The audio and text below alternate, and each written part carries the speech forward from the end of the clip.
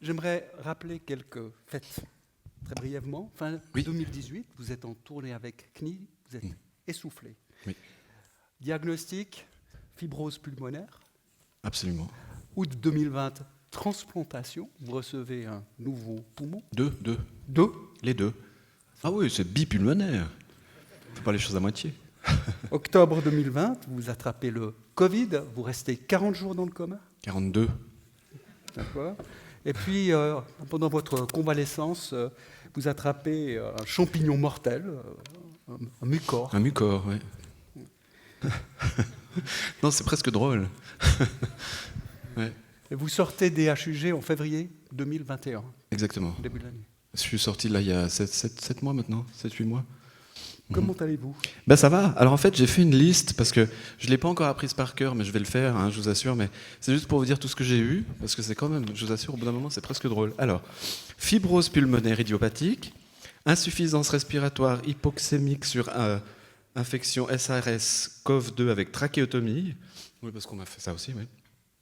Qu'est-ce que j'ai eu? Sinusite maxillaire aiguë fongique, épanchement pleural cloisonné de 13 mm d'épaisseur, embolie pulmonaire sous-segmentaire latéro-basale gauche, hémorragie digestive haute sur ulcère duodénaux, etc.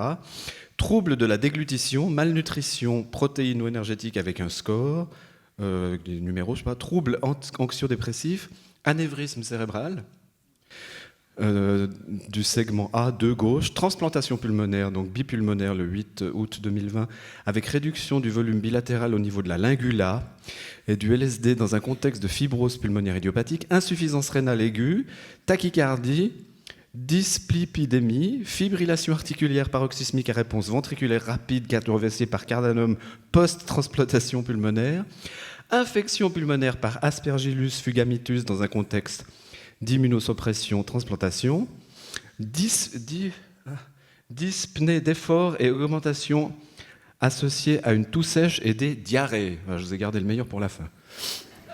Voilà. Et je suis là. Donc merci les médecins, merci les infirmières. C'est vrai que les diarrhées, quand on est dans le coma, on ne se souvient pas, mais les infirmières...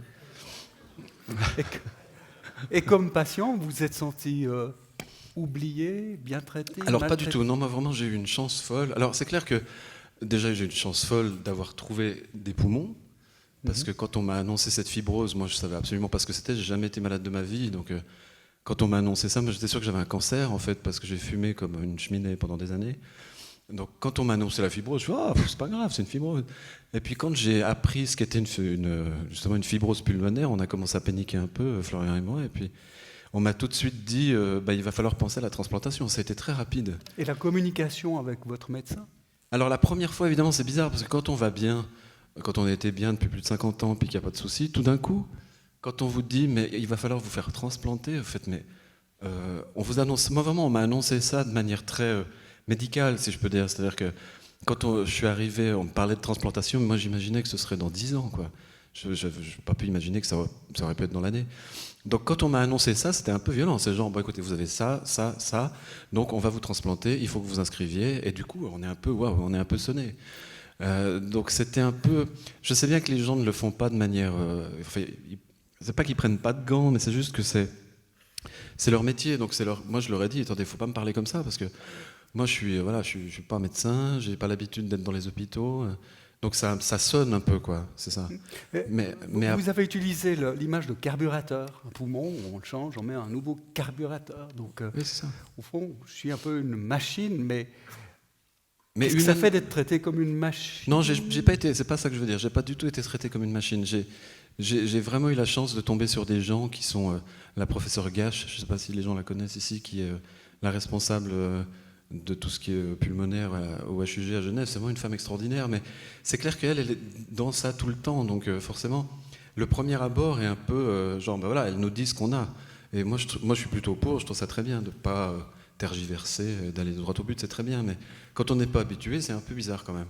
Mais il y en a, elle était bien, mais il y en a d'autres. Quand j'ai eu mon champignon, mon mucor, là vraiment, je sortais des 42 jours de coma, je commençais à aller mieux, à pouvoir faire 2 pas sans tomber. Et puis, tout d'un coup, je me dis, j'ai mal un truc, ça me fait mal. Enfin, j'étais gonflé. Flo me dit, mais t'es super gonflé. Et là, il y a un professeur qui est venu me voir et qui m'a dit, voilà, vous avez... Donc, on a fait un IRM. Ils ont vu que j'avais ce mucor qui pouvait me tuer en très peu de temps, mais quand on sort de tout ça, il m'a dit, vraiment texto, il m'a dit, voilà, ce que vous avez, c'est très méchant, ça s'appelle un mucor. Si on ne le traite pas immédiatement, dans 3 semaines, vous êtes mort. On risque de vous enlever votre œil, ou vous allez peut-être perdre la vue, donc on va vous faire un traitement qui est très violent. On commence maintenant. Alors là, on est genre, oui, bon, alors très bien. Alors allons-y. Alors j'ai eu de la chance de le supporter, parce que... Mais voilà, ça c'est vrai que c'était un peu... Alors on en a reparlé après, et puis on en rigole beaucoup, heureusement, aujourd'hui, parce que j'ai la chance de m'en sortir. Mais c'est vrai que voilà, par moment, il faudrait que juste les gens comprennent qu'on parle à des gens qui sont un peu vulnérables et qui ont peur, quoi. Mais vous avez une bonne voix. Vous oui, avez c'est revenu. Oui, vous avez été intubé 40 jours. Normalement, on ressort avec une voix un petit peu... Ouais, alors j'avais la voix un peu blanche, j'avoue. Intubé, puis après, ils m'ont fait la trachéotomie, mais on ne voit plus rien. Ils sont vraiment c'est des magiciens. Hein. Moi, j'ai l'impression d'être Frankenstein, un peu, en fait. Parce que, non, c'est vrai, même quand je raconte tout ça, j'ai l'impression que c'est pas vrai. Et j'ai une chance folle d'avoir une bonne constitution. J'étais sportif et danseur. Oui, justement, on a parlé de prévention. La forme physique avant un accident comme celui-là, c'est quand même important, ça. Hein. Bah, en tout cas pour moi, ça m'a beaucoup aidé parce que je me suis remis quand même assez vite. Là, je répète, je suis sur scène dans un mois à Lausanne, donc j'ai quand même beaucoup de chance, quoi. Enfin, ça, vraiment, tous les jours, je me rends compte de la chance que j'ai, mais aussi d'avoir été traité de la manière dont on m'a traité à l'hôpital. Moi, j'ai pas grand-chose à dire de mal. Enfin, j'ai rien à dire de mal sur les médecins et encore moins sur les infirmières, parce que j'ai vraiment vécu des moments qui étaient vraiment affreux, mais j'étais face à des gens qui sont formidables, vraiment. Et aussi l'entourage, c'est très important. Mon ami Florian qui est là, avec qui je suis depuis maintenant plus de 20 ans, c'est vraiment... J'ai eu la chance aussi, le professeur Pugin à Genève, qui s'occupe des soins intensifs, à laisser mes amis, enfin surtout mon compagnon et mes amis venir me voir, et ça c'était très important. Vous préparez un 14e spectacle des Aventures de Marie-Thérèse, hein. Vous avez beaucoup tourné avec le Cirque Cluny. Ouais. Pourquoi ce spectacle ? Alors là, je fais la revue de Lausanne, en fait, ça n'a rien à voir. Là, c'est juste pour me remettre un peu le pied à l'étrier, qui est écrite par Blaise Berzinger et tous ces gens formidables. Donc là, ce sera ici à Lausanne, mais je suis en train d'écrire un spectacle, mais ce ne sera pas Marie-Thérèse, ce sera moi, en fait. D'accord. Parce que je vais raconter tout ce qui m'est arrivé de manière un peu légère, je crois, enfin j'espère, parce qu'il faut dédramatiser tout ça et puis faire comprendre aux gens que ça peut arriver à n'importe qui, quoi. Ça, ce qui m'est arrivé, franchement, c'est assez... De se faire changer les poumons, c'est un truc qui est quand même assez exceptionnel. Et ça fait un bon sujet de spectacle. Mais pourquoi vous avez accepté de venir ce soir mais parce qu'on parle beaucoup. Déjà parce que vous m'avez invité, je vous remercie beaucoup. Et puis c'est bien juste de montrer que c'est... Enfin, je sais pas, moi j'ai pas de message particulier à passer. J'ai toujours fait des spectacles pour amuser les gens. Moi j'ai jamais voulu donner de message, quoi que ce soit. C'est vraiment pas mon rôle. Thomas Wiesel, il fait ça beaucoup mieux que moi. mais là, pour le coup, je vais faire ce spectacle et j'ai accepté de venir ici parce que c'est bien d'en parler. Il faut parler de la transplantation. Alors, grâce à vous et à plein de gens, on a maintenant la loi à changer pour la transplantation et c'est tant mieux. Mais il faut sensibiliser les gens pour ça. Mon spectacle, je vais le faire, j'espère, avec une collaboration avec l'IHUG et le CHUV, parce que c'est ici à Lausanne que je me suis fait opérer, pour justement mettre une espèce de stand, ou je sais pas quoi, enfin, à l'entrée, pour faire en sorte que les gens passent une bonne soirée, mais qu'aussi, en rentrant chez eux, ils puissent parler de ça, parler de la transplantation dans les familles, parce qu'on n'en parle pas. La mort, on n'en parle pas. Avant de vous donner la parole, de prendre des questions, une dernière sur le spectacle. Vous avez un complice de... Oui, Pierre Naftul. Voilà, depuis le début des années 90. Lui est immobilisé, paralysé par la maladie de Charcot. Et c'est lui qui vous pousse. Oui, bon, là, le pauvre, il est retourné à l'hôpital cette nuit, donc il est vraiment pas en forme. Oui, Pierre, ça fait 30 ans, mais c'était assez hallucinant. Il a attrapé cette saloperie il y a 4 ans. Moi, il y a 2 ans, on était à l'hôpital en même temps, pendant des périodes, on était à 2 chambres et moi, je me suis remis, et pas lui. Donc, j'ai vraiment beaucoup de chance. Pierre, oui. Alors là, maintenant, c'est compliqué. Je travaille plus avec lui maintenant, parce que... Enfin, il a plus la force de travailler, mais jusqu'à il y a 3 mois en arrière, quand je suis sorti de l'hôpital et que je lui ai dit « je veux faire ce spectacle », il m'a dit « mais c'est une excellente idée », et on rigole beaucoup. Parce que son esprit fonctionne très bien. C'est lui qui vous a aidé à, si je puis dire, accoucher de Marie-Thérèse. Ah oui, ça va faire 30 ans, vous vous rendez compte ? Oui, Pierre, c'est vraiment, il m'a engagé comme danseur à l'époque. Et puis Marie-Thérèse est née dans la revue à Genève un peu de manière, par hasard, comme ça. Et puis 30 ans après, je suis face à vous pour vous parler de mes poumons. Le monde est fou. Est-ce qu'il y a des questions ?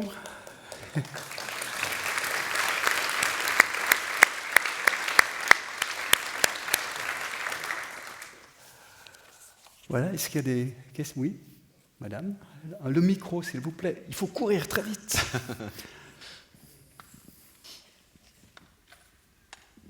Bonsoir. Est-ce que vous êtes intéressé au coût de tous vos traitements et à ce que...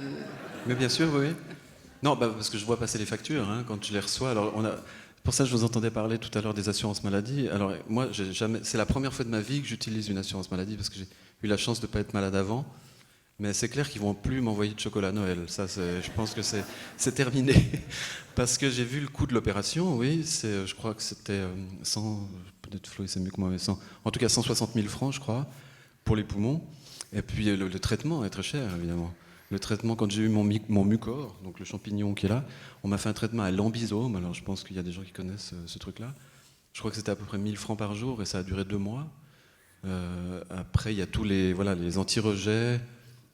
Ça va encore, mais je prends encore un médicament antifongique qui est vraiment très cher. Alors je trouve que c'est presque 1000 francs la boîte et la boîte me fait 15 jours. Mais voilà, j'ai la chance d'être en Suisse et d'avoir une bonne assurance.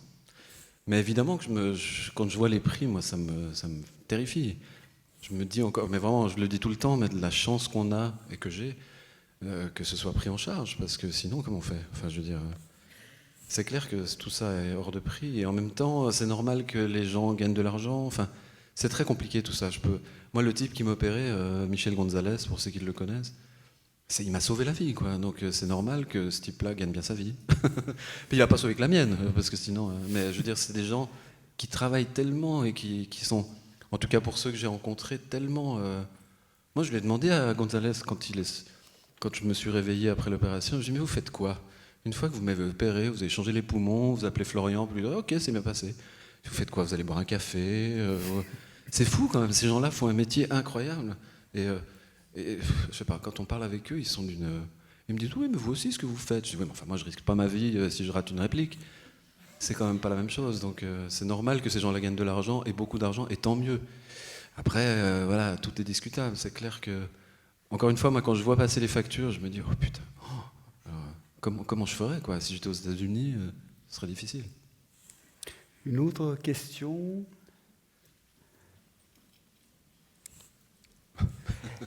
Peut-être, puisqu'on a la chance de vous avoir, est-ce que vous pouvez déjà déflorer un petit peu ce que vous allez dire et le ressort de votre prochain spectacle? Alors, ça va être un récit, plus que pour une fois, ce sera pas... Alors, je pense que, enfin, là, il est quasiment fini, l'écriture est quasiment finie. En fait, c'est plus comment est-ce que je pourrais dire, un témoignage, quoi. Alors, évidemment, j'ai rajouté... Parce que quand on est... c'est difficile de faire des extraits comme ça, parce que vraiment, j'essaye de raconter ça progressivement.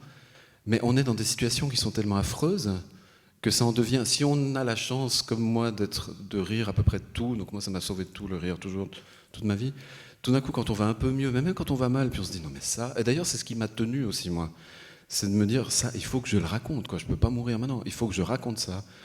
Parce que quand on est... Enfin, je sais pas, c'est des trucs vraiment un peu basiques. Quand on est complètement vulnérable, on ne peut plus lever le bras parce qu'on n'a plus de muscles du tout et qu'on est en train de nous nettoyer parce que voilà, on ne peut plus le faire. Et que l'infirmière qui vous nettoie vous dit, mais c'est vous, Marie-Thérèse Porchet, non? Je dis, oui, alors j'aime beaucoup ce que vous faites. Et moi, je suis là, genre... Et alors, comment on fait? Alors, on va faire une photo maintenant ou voilà, ce genre de choses, ce genre de situation, c'est la preuve, ça fait rire, quoi. Et sur le moment, ça m'a fait rire. Quand j'ai fait une coloscopie, parce que avant de se faire transplanter, on fait toute une série d'examens pour savoir si on n'a pas autre chose comme maladie, pour pouvoir savoir si on peut supporter la greffe. Donc j'ai passé une semaine à l'hôpital et mon rendez-vous pour la coloscopie a été déplacé 3 fois. Et je dis à Madame Gache, je dis mais comment ça se fait? Puis elle me dit mais parce que le chef coloscope, je sais pas comment on dit, le coloscochef, je sais pas comment on dit, est un fan et il veut absolument la faire lui. Donc voilà, ça a beaucoup fait rire Florian aussi, qui me dit, ça se trouve, il a fait des photos avec des courgettes. Donc voilà. C'est ce genre d'anecdote que je vais raconter dans mon spectacle. Et encore une fois, ça me fait plaisir parce que il faut rire, quoi. Ça sauve de tout.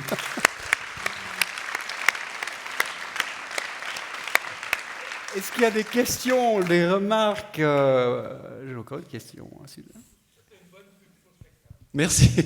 Alors je ne vais pas le jouer tout de suite parce que j'ai de la difficulté à trouver des salles, parce qu'avec toute cette pandémie, il y a beaucoup de spectacles qui sont en attente. Donc j'essaie de trouver des salles, mais j'espère jouer ça l'année prochaine. Au plus tard, ce sera 2023. Mais venez voir la revue de Lausanne qui commence le 18 novembre au terreau à Lausanne. Très belle salle. On y sera. On y sera. Et Marie-Thérèse sera là. Est-ce que vous allez quand même vous nourrir de l'expérience d'autres patients? Parce que j'imagine qu'il y a beaucoup de gens qui viennent vers vous, des fans, qui disent mais voilà ce que j'ai vécu, etc. Mais tout ce que j'ai fait jusqu'à présent, ça n'était que ça. C'est-à-dire que j'ai écouté, j'ai observé, et c'est que pas de la copie, mais enfin tous les gens m'inspirent beaucoup évidemment. Quand on est, bon, moi, mais non, avec ce que j'ai eu, j'étais seul dans les chambres, hein, parce que je ne devais pas être en contact avec d'autres. Mais les infirmières avec qui j'ai beaucoup parlé, les médecins évidemment, tous ces gens-là, je vais en parler dans mon spectacle parce que vraiment, c'est des gens formidables. Après, les gens malades, j'en ai vu assez peu finalement, parce que quand moi j'ai eu 42 jours de coma, je me souviens de rien. Moi, j'ai dormi. Donc c'est pour les gens qui sont autour de moi, les gens qui m'aiment. Là, on se dit, mais je leur ai fait du mal en fait, mais bon, j'ai pas fait exprès. Mais quand je me suis réveillé, ça a été violent et toutes ces choses-là. Mais évidemment, pour ce spectacle-là, en tout cas, j'ai plus de témoignages d'infirmières et de médecins que de malades. Parce que j'en ai vu assez peu finalement. J'en ai vu quelques-uns avant pour savoir. J'ai eu la chance de rencontrer un type qui a été transplanté il y a 10 ans maintenant, et qui était donc lui, il avait une mucoviscidose depuis petit, donc il a vraiment failli mourir plein de fois. Et depuis qu'il a ses nouveaux poumons, il a gravi l'Everest. Enfin, c'est vraiment un type extraordinaire. Donc lui, mais en même temps, je peux en parler, mais c'est pas très drôle. Vous voyez ce que je veux dire? Moi, je cherche toujours là où on peut rigoler un peu, quoi. Vous êtes allé voir un psy. Une question là-bas, madame.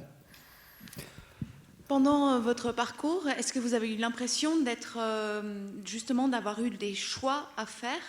Est-ce qu'on vous a donné la possibilité de faire ces choix, et est-ce que ça a été compliqué de les faire?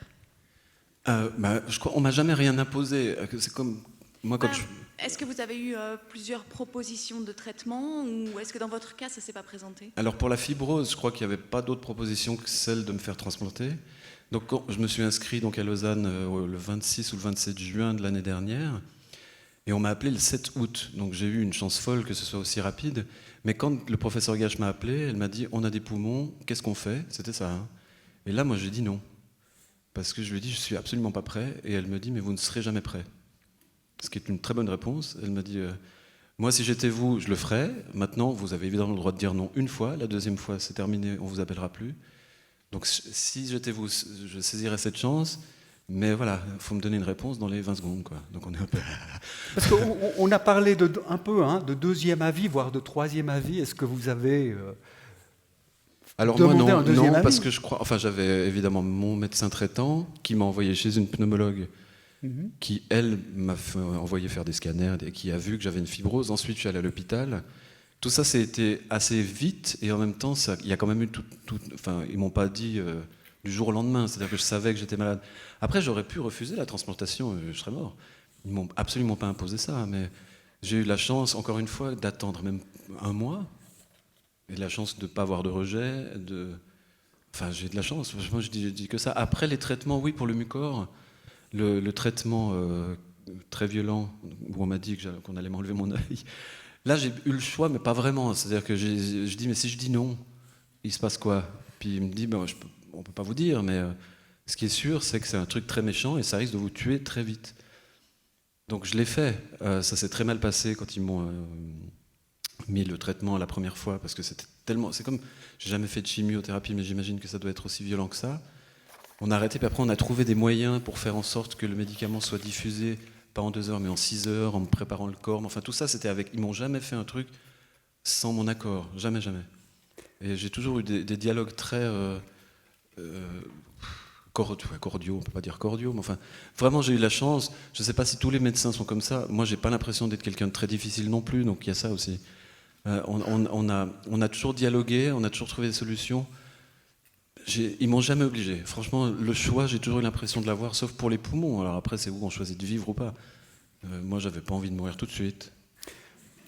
J'ai pas peur de la mort du tout, mais pas encore. J'ai encore des trucs à raconter quand même.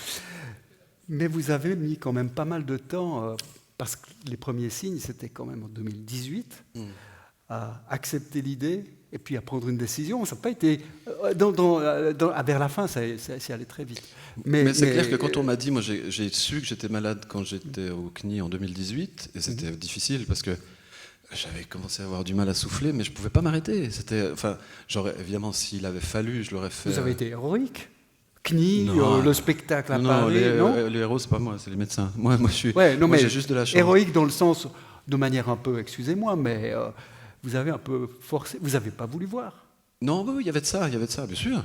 Ouais. Je me suis dit, ça attendra, parce qu'ils m'ont donné un médicament qui s'appelle Ofev, qui était peut-être capable de faire retarder le processus. Donc ça, c'est un médicament aussi qui était hors de prix, vraiment. J'ai dû demander l'autorisation à l'assurance, on a attendu 3 mois avant de l'avoir, mais je les ai quand même pris.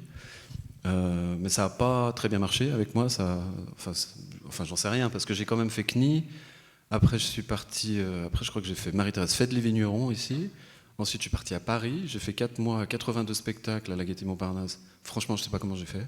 Et après, j'ai fait la Revue de Lausanne. Et là, c'était difficile. Je me souviens quand je suis arrivé en février, donc de l'année dernière, je me suis dit, là, c'est plus possible. Il faut vraiment faire quelque chose. Et à partir de ce moment-là, tout est allé très vite. Et encore une fois, la chance d'être en Suisse, d'avoir des hôpitaux formidables et des gens extraordinaires. Merci. Une toute dernière question. Oui. Ah. Malheureusement, vous avez vécu un long coma. On prétend que pendant cette période, il y a des moments où il se passe des choses et vous ne pouvez pas réagir. C'était vraiment un grand silence. Alors pour moi, j'ai absolument aucun souvenir. Quand je me suis réveillé 42 jours après et qu'on m'a dit que j'avais été sédaté. Et sédaté, moi je ne savais pas ce que ça veut dire quoi sédaté. En gros, que j'ai été dans le coma pendant 42 jours, moi je n'ai pas voulu les croire.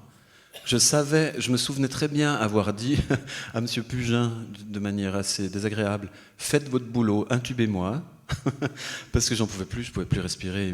C'était vraiment... Et il ne voulait pas m'intuber, il disait mais c'est trop dangereux, après ce que vous avez eu, ça. Et là, c'est moi qui lui ai presque donné l'ordre. Je lui ai dit, vous m'intubez, je ne peux plus supporter. Il me dit, si on vous intube, ça risque d'être dangereux. Je dis, tant pis, mais comme ça, je ne peux pas rester. Donc je me souvenais de ça, mais moi, je me réveillais le lendemain. C'est pour les gens autour de moi que c'était horrible. Non, c'était affreux. Mais moi, je n'ai pas de souvenir. Par contre, là, dans mon spectacle, je vais faire défiler ma vie, parce que forcément, après, quand on est seul face à soi-même pendant 2 mois où on ne peut pas bouger, on ne peut pas marcher, on ne peut rien faire, on n'a même pas la force de regarder la télé, forcément. On se remémore plein de trucs et on se dit « Ah ouais, ça j'ai fait », puis du coup ça donne plein d'idées pour le spectacle. Et vous buvez de l'alcool? Vous buvez un verre? Oui. Parce que c'est le moment de l'apéritif? Alors oui, buvons, il faut qu'on boive. Non, alors j'avais pas le droit, mais je prends le gauche. Voilà, donc je propose qu'on... Merci.